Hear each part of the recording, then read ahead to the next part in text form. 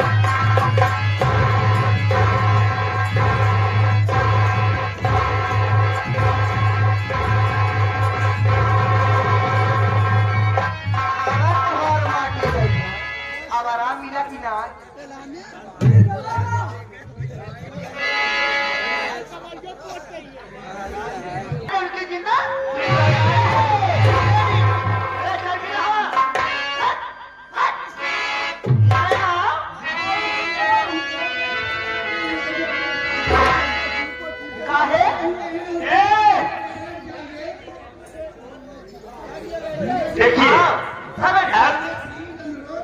मैं तुम्हें यहाँ से बुला रही हूँ कि आप चले आइए। तुम मुझे बहुत अच्छे लगते हो।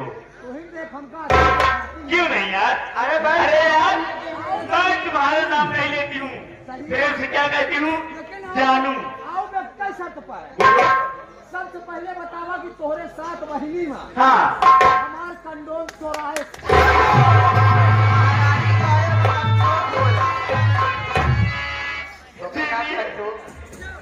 क्या है हराम जावे नालायक कुत्ता, ये बता तू कमजोर की फैक्ट्री कब से चला रहा है? घूमत है आज तक के चौराहे से नहीं पीस है हमारे एक इन्हीं की पीस है। अरे उसे कंट्रोल